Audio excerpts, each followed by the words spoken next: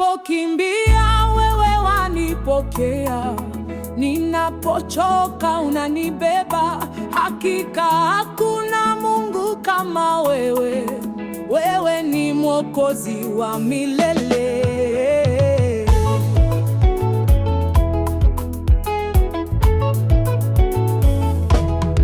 Asifiwe Bwana wa wokovu, atukuzwe Mfalme wa milele.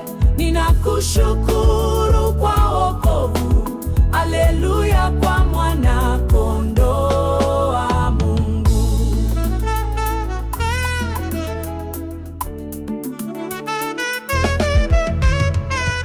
Kwa neema yako ninaishi, kwa rehema zako ninaendelea. Ninakuita kila saa, Yesu.